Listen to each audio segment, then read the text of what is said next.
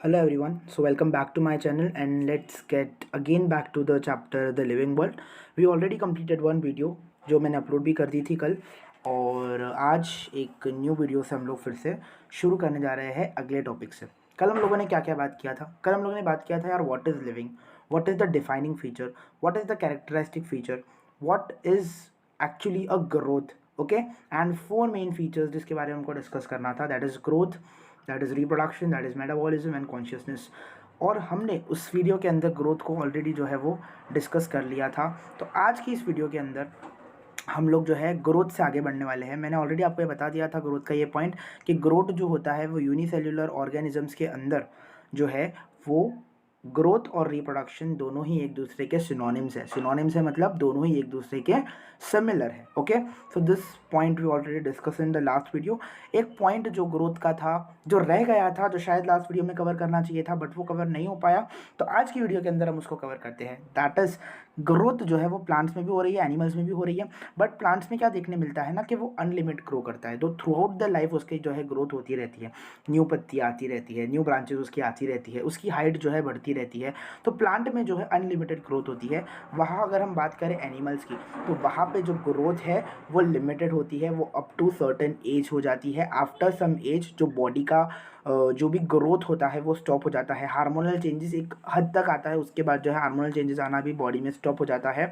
तो basically plants के अंदर क्या होता है, ग्रोथ जो होती है वो थ्रू आउट द लाइफ होती रहती है, वहीं एनिमल्स के अंदर जो ग्रोथ है वो लिमिटेड होती है। अब हम बात करेंगे हमारे नेक्स्ट फैक्टर की, जैसे मैंने आपको बताया, दैट इज रिप्रोडक्शन। रिप्रोडक्शन क्या होता है यार? Everyone knows the phenomena which continue the species. Elephant ने रिप्रोड्यूस किया, उसके ऑफस्प्रिंग्स हुए, ओके, उस ऑफस्प्रिंग ने फिर से रिप्रोड्यूस किया, उसके ऑफस्प्रिंग हुए, ये कंटिन्यू स्पीशीज में चलता रहेगा।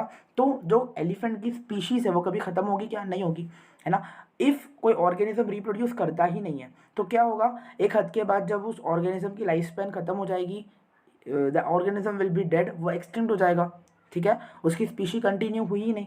बट अगर वो रिप्रोड्यूस करता रहता है, करता रहता है, करता रहता है, तो उसकी स्पीशीज़ का जो कंटिन्यूएशन है इकोसिस्टम के अंदर वो बना रहता है। तो वो कैसे रिप्रोड्यूस करेगा, वो कैसे अपनी सेम कॉपी को जनरेट करेगा? That is because of reproduction.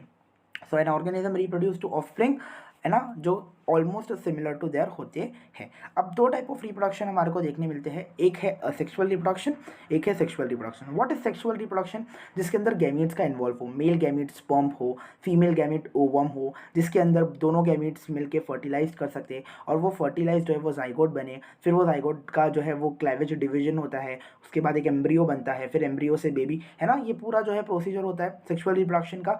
But asexual में क्या होता है, गैमीट्स का इन्वॉल्वमेंट नहीं होता, फर्टिलाइजेशन वहाँ होता नहीं है, जाइगोट का फॉर्मेशन वहाँ होता नहीं है। दूसरी मेन पॉइंट, जब एसेक्सुअल रिप्रोडक्शन होता है तब जो हमारा रिजल्ट मिलता है उसके अंदर ज़्यादा वेरिएशन देखने नहीं मिलता, वो बन जाता है क्लोन। क्लोन का मतलब क्या होता है? क्लोन का मतलब होता है, सपोज हमारे पास एक अमीबा है, एक अमीबा ने डिवाइड किया, दो अमीबा बनाए। अब वो दो अमीबा बने हैं वो एग्जैक्टली सिमिलर दिखेंगे किसके? जिससे वो रिप्रोड्यूस हुए हैं, ठीक है, जिससे वो रिप्रोड्यूस हुए मतलब जो अमीबा से वो बने हैं, तो उसके बिल्कुल वो सिमिलर दिखेंगे। तो यहाँ पे जो है एसेक्सुअल रिप्रोडक्शन के अंदर लेस वेरिएशन होता है, वहाँ पर ही सेक्सुअल रिप्रोडक्शन के अंदर जो है वेरिएशंस आते हैं।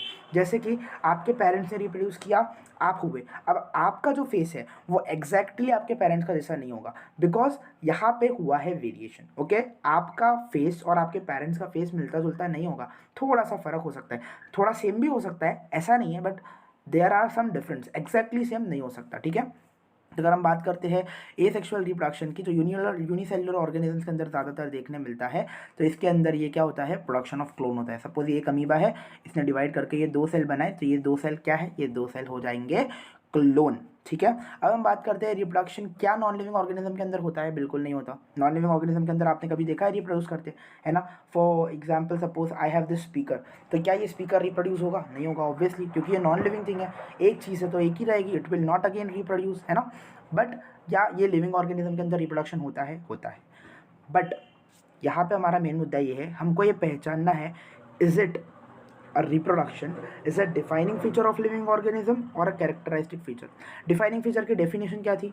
defining feature की definition हम लोगों ने last lecture किया था, उसके अंदर आप लोग remind कीजिए defining feature की definition क्या थी? defining feature is a feature which is present in living organism and absent in non living organism. सारे लिविंग ऑर्गेनिज्म के अंदर प्रेजेंट होनी चाहिए, सारे लिविंग ऑर्गेनिज्म के अंदर प्रेजेंट होने चाहिए, और नॉन लिविंग ऑर्गेनिजम्स के अंदर जो है पूरी तरीके से एब्सेंट होनी चाहिए। अब सारे लिविंग ऑर्गेनिज्म का मतलब क्या होता है? वहाँ पे कोई एक्सेप्शन नहीं आना चाहिए। जितने भी दुनिया में लिविंग ऑर्गेनिजम्स है जो लिव कर रहे हैं, जिसके पास लाइफ है, उनमें रिप्रोडक्शन होना ही होना चाहिए। बट देखा जाए तो ऐसा होता। तो अगर हम बात करते हैं वर्कर बीस की, अगर हम बात करते हैं म्यूल्स की, अगर हम बात करते हैं इनफर्टाइल ह्यूमन कपल्स की, तो क्या ये लिविंग ऑर्गेनिज्म नहीं है? ये बिल्कुल लिविंग ऑर्गेनिजम्स है, बट ये रिप्रोड्यूस नहीं करते हैं, है ना, ये रिप्रोडक्शन नहीं करते हैं। तो यहाँ पे आ जाएगा एक्सेप्शन, यहाँ पे आ जाएगा एक्सेप्शन। हम लोगों ने क्या बोला था? हम लोगों ने ये कहा था कि भाई जो लिविंग ऑर्गेनिज्म है वो भी रिप्रोड्यूस करना चाहिए और सारे लिविंग ऑर्गेनिज्म करने चाहिए।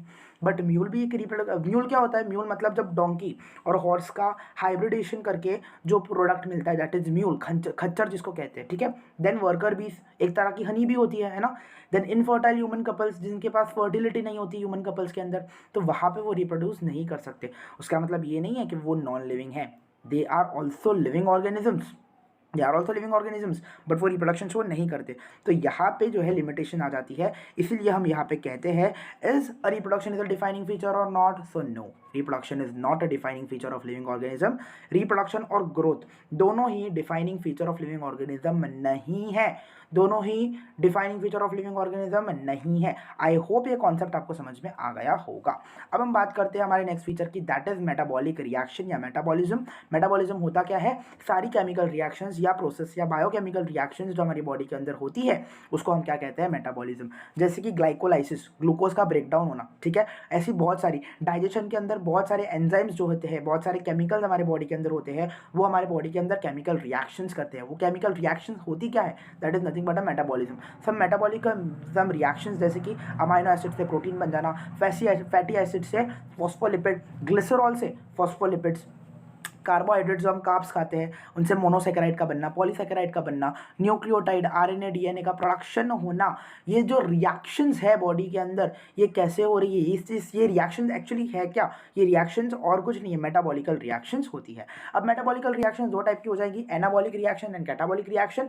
एनाबॉलिक रिएक्शन एक ऐसी रिएक्शन होती है जिसके अंदर चीज़ें बनती है, बिल्डिंग अप होती है, और कैटाबॉलिक रिएक्शन एक ऐसी रिएक्शन जिसके अंदर चीज़ें खत्म होती है, ब्रेकडाउन होता है। जैसे कि ग्लूकोज, ग्लाइकोलाइसिस के अंदर हम लोग देखते हैं कि ग्लूकोज का ब्रेकडाउन होता है, तो वहां पे ग्लूकोज क्या हो रहा है? ब्रेकडाउन हो रहा है ना, चीज का ब्रेकडाउन हो रहा है। सो हम बोल सकते हैं कि वो रिएक्शन क्या है? कैटाबॉलिक रिएक्शन है। एनाबॉलिक रिएक्शन, जैसे कि फोटोसिंथेसिस, फोटोसिंथेसिस क्या करता है? प्लांट क्या करता है? लाइट लेता है, वाटर लेता है, कार्बन डाइऑक्साइड लेता है और ऑक्सीजन बनाता है, बना रहा है, बिल्डअप कर रहा है, कोई चीज बन रही है, तो हम उसको क्या कहेंगे? Anabolic reaction. जैसे कि ग्लूकोज से स्टार्च बनना, तो स्टार्च का बनना, स्टार्च का बिल्डिंग अप होना, एनाबॉलिक रिएक्शन।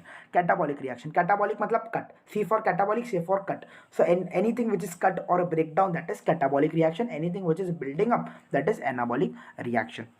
अब मेटाबॉलिज्म जो है वो लिविंग ऑर्गेनिज्म में देखने मिलता है, लेकिन नॉन लिविंग ऑर्गेनिज्म के अंदर देखने नहीं मिलता। ये ऑब्वियस बात है, कोई भी नॉन लिविंग के अंदर कोई केमिकल रिएक्शन होगी। ये स्पीकर है, ये स्पीकर के अंदर नॉन लिविंग, ये नॉन लिविंग है, इसके अंदर कोई केमिकल रिएक्शन होंगी? ऑब्वियसली नॉट, ठीक है। तो यहाँ पे कोई केमिकल रिएक्शन नहीं हो रही है, तो भाई ये तो एक क्राइटेरिया फुलफिल हो गया, डिफाइनिंग फीचर का एक क्राइटेरिया फुलफिल होगा कि भाई ये लिविंग ऑर्गेनिज्म के अंदर तो, नॉन लिविंग ऑर्गेनिज्म के अंदर तो नहीं हो रहा है।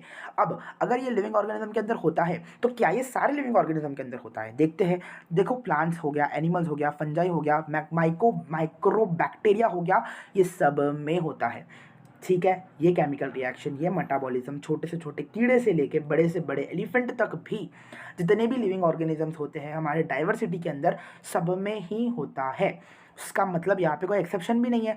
तो यहाँ पे हमारा डिफाइनिंग फीचर का जो मेन क्राइटेरिया है वो कंप्लीट हो रहा है क्या? बिल्कुल हो रहा है, विदाउट एनी एक्सेप्शन। तो क्या हम बोल सकते हैं कि metabolism is a defining feature? तो yes, metabolism is a defining feature. 3 features पढ़ लिए, growth, reproduction, metabolism. Growth, reproduction, metabolism. कौन सा डिफाइनिंग फीचर है? मेटाबॉलिज्म डिफाइनिंग फीचर है। क्यों डिफाइनिंग फीचर है? क्योंकि ये लिविंग ऑर्गेनिज्म में प्रेजेंट होता है विदाउट एनी एक्सेप्शन, और नॉन लिविंग ऑर्गेनिज्म में टोटली एब्सेंट होता है। ठीक है। ग्रोथ क्यों डिफाइनिंग फीचर नहीं है? क्योंकि यार ग्रोथ के अंदर कहीं ना कहीं नॉन लिविंग के अंदर भी तो ग्रोथ देखने मिलती है। हम लोगों ने सैंड मोल्ड्स का एग्जांपल लिया था, हम लोगों ने रॉक्स का एग्जांपल लिया था, है ना। रिप्रोडक्शन में क्यों डिफाइनिंग फीचर नहीं है? क्योंकि रिप्रोडक्शन लिविंग ऑर्गेनिज्म में बिल्कुल होता है, नो डाउट, बट यहाँ पे कहीं कोई लिविंग ऑर्गेनिज्म ऐसे भी है जिनमें रिप्रोडक्शन नहीं होता, ठीक है। तो हम टोटली कह नहीं सकते कि वो defining feature of living organism है या नहीं है। अब हम बात करते हैं भाई, मेटाबॉलिक रिएक्शंस अगर इनसाइड द बॉडी हो रहे हैं, बॉडी के अंदर हो रहे हैं, बॉडी के अंदर हो रहे हैं, तो वो तो डेफिनेटली लिविंग है ही, ठीक है। क्योंकि बॉडी के अंदर कोई चीज़ हो रही है, that is obviously living. But अगर आउटसाइड द बॉडी हो रहा है, जैसे कि इन विट्रो के अंदर, इन विट्रो के अंदर मतलब टेस्ट ट्यूब ले लिया, टेस्ट ट्यूब के अंदर कोई रिएक्शन करा रहे हो, आपने टेस्ट ट्यूब में ग्लूकोज ले लिया और ग्लूकोज से आप स्टार्च बना रहे हो टेस्ट ट्यूब के अंदर, है ना। लिटरली आप टेस्ट ट्यूब के अंदर स्टार्च बना रहे हो, तो बेसिकली वो है क्या, वो चीज़ क्या है, वो टेस्ट ट्यूब तो नॉन लिविंग थिंग है। अगर आप उसके अंदर लिविंग रिएक्शन को परफॉर्म करते हो तो क्या वो लिविंग हो जाएगी? नहीं, है ना, इट इज़ नॉन लिविंग, ठीक है। तो नॉन लिविंग थिंग है, मतलब वो चीज़ नॉन लिविंग है। हालांकि भले अगर हम देखने जाए तो ये बायोलॉजिकल रिएक्शन है, एक तरह से आप बायोलॉजिकल रिएक्शन टेस्ट ट्यूब में परफॉर्म कर रहे हो, लेकिन वो लिविंग नहीं कही जाएंगी, वो नॉन लिविंग ही कही जाएगी। ये पॉइंट भी क्लियर हो गया। फोर्थ फैक्टर पे आते हैं, बहुत important, that is consciousness. Consciousness होता क्या है? कोई भी चीज़ को रिस्पॉन्ड करना, इंटरैक्शन करना, हमारी डाइवर्सिटी के अंदर इंटरैक्ट करना, that is what about responding, है ना। आपको किसी ने आके थप्पड़ मार दिया, you will feel, you will respond to it, ठीक है। आप अभी मैंने इसको कितना भी ठोका पीटा कुछ भी किया, ये रिस्पॉन्ड करेगा क्या? It will not responding, it will not respond. Why? Because वो नॉन लिविंग थिंग है, it will not respond. But कोई लिविंग चीज़ के साथ अगर हम लोगों ने कुछ स्टिमुलाई किया, उसको कुछ छेड़ा या कुछ किया, तो वो रिस्पॉन्ड करेगा, डेफिनेटली करेगा। आपने छुई मुई का पौधा देखा होगा, that is don't touch me, है ना, डो नॉट टच करके एक प्लांट आता है, छुई मुई का पौधा, उसको आप टच करते हो ना तो उसकी लीव्स ऐसे क्लोज हो जाती है, ऐसी लीव क्लोज हो जाती है। तो आपने स्टिमुलस किया, उसको टच किया, उसकी लीव क्लोज हो गई, आपने स्टिमुलाई किया, उसकी लीव क्लोज हो गई, मतलब वो रिस्पॉन्ड कर रहा है, वो रिस्पॉन्ड कर रहा है, वो उसके अंदर कॉन्शियसनेस है। कोई एनिमल है, ठीक है, उसके अंदर भी कॉन्शियसनेस है ऑब्वियसली, तभी वो चल रहा है, खा रहा है, पी रहा है, जा रहा है कोई जगह पे। तो क्यों ऐसा सब कुछ है? बिकॉज उसके अंदर रिस्पॉन्डिंग करने की कैपेसिटी है, बिकॉज उसके अंदर रिस्पॉन्डिंग करने की कैपेसिटी है। तो कॉन्शियसनेस क्या होता है? कॉन्शियसनेस ये होता है कि रिस्पॉन्डिंग और interaction to the outer stimuli या एक्सटर्नल स्टिमुलाई, उसको हम कहते हैं कॉन्शियसनेस। जैसे कि प्लांट्स लाइट को रिस्पॉन्ड करेंगे, वाटर को रिस्पॉन्ड करेंगे, तभी वो फोटोसिंथेसिस कर पाएंगे, ठीक है। एनिमल्स रिस्पॉन्ड करेंगे, तो यस, कॉन्शियसनेस सभी में होता है। अब पॉइंट ये आता है कि कॉन्शियसनेस नॉन लिविंग में होता है? बिल्कुल नहीं होता। कॉन्शियसनेस नॉन लिविंग के अंदर अगर होगा तो भाई तो फिर बात ही क्या है? कॉन्शियसनेस नॉन लिविंग के अंदर बिल्कुल टोटली एब्सेंट होता है। चाहे लिविंग ऑर्गेनिज्म के अंदर टोटली प्रेजेंट होता है विदाउट एनी एक्सेप्शन, तो बिल्कुल ये लिविंग ऑर्गेनिज्म के अंदर, सारे लिविंग ऑर्गेनिज्म के अंदर प्रेजेंट होता है विदाउट एनी एक्सेप्शन। चाहे कोई भी लिविंग ऑर्गेनिज्म हो, उसके अंदर कॉन्शियसनेस होती है। ऐसा कोई लिविंग ऑर्गेनिज्म नहीं है जिसके अंदर कॉन्शियसनेस है ही नहीं, है ना। Every living organism have consciousness. मतलब क्या है ये? हम बोल सकते हैं ये डिफाइनिंग फीचर है? बिल्कुल ये डिफाइनिंग फीचर है, ये बिल्कुल एक डिफाइनिंग फीचर है। Okay, so we say that consciousness is a defining feature of living organisms. Okay, ठीक है। तो अब हम बात करते हैं सेल्फ कॉन्शियसनेस। सेल्फ कॉन्शियसनेस जो है ह्यूमन का एक एडिशनल फैक्टर होता है, क्योंकि ह्यूमन के अंदर ह्यूमन एक ऐसा प्राणी है, ह्यूमन एक ऐसा जानवर है जिसके अंदर सेल्फ अवेयरनेस की कैपेसिटी है ना। आपको अपने बारे में अच्छे से पता है, आप सेल्फ के लिए अवेयर हो, है ना। तो ये सेल्फ कॉन्शियसनेस एक एडिशनल फैक्टर हो जाएगा ह्यूमन के अंदर। प्लांट्स के अंदर देखने मिलता है सेल्फ कॉन्शियसनेस? बिल्कुल नहीं देखने मिलता। कॉन्शियसनेस है प्लांट्स के अंदर, हम बोल सकते हैं, क्योंकि वो रिस्पॉन्ड कर रहे हैं ना, वो लाइट को रिस्पॉन्ड कर रहा है, वाटर को रिस्पॉन्ड कर रहा है, टेम्परेचर को रिस्पॉन्ड कर रहा है, प्लांट रिस्पॉन्ड कर रहा है, बट उसके अंदर सेल्फ कॉन्शियसनेस नहीं है। कॉन्शियसनेस है बट सेल्फ कॉन्शियसनेस नहीं है। तो अगर क्वेश्चन ऐसे भी आ सकता है, self consciousness is a defining feature? No, क्योंकि सेल्फ कॉन्शियसनेस हर एक लिविंग ऑर्गेनिज्म में नहीं होगा, बट कॉन्शियसनेस जो होता है वो हर एक लिविंग ऑर्गेनिज्म के अंदर होता है। सो consciousness is a defining feature of living organism. So I hope हम लोगों ने चारों फीचर कंप्लीट कर लिए हैं, growth, metabolism, consciousness and reproduction. इसमें से दो जो है मेटाबॉलिज्म और कॉन्शियसनेस डिफाइनिंग फीचर होते हैं, ग्रोथ और रिप्रोडक्शन डिफाइनिंग फीचर नहीं होते हैं। सो आई होप कि आप लोगों को ये चीज़ें समझ में आ गई है। सो मिलते हैं नेक्स्ट लेक्चर के अंदर। So till then, thank you so much.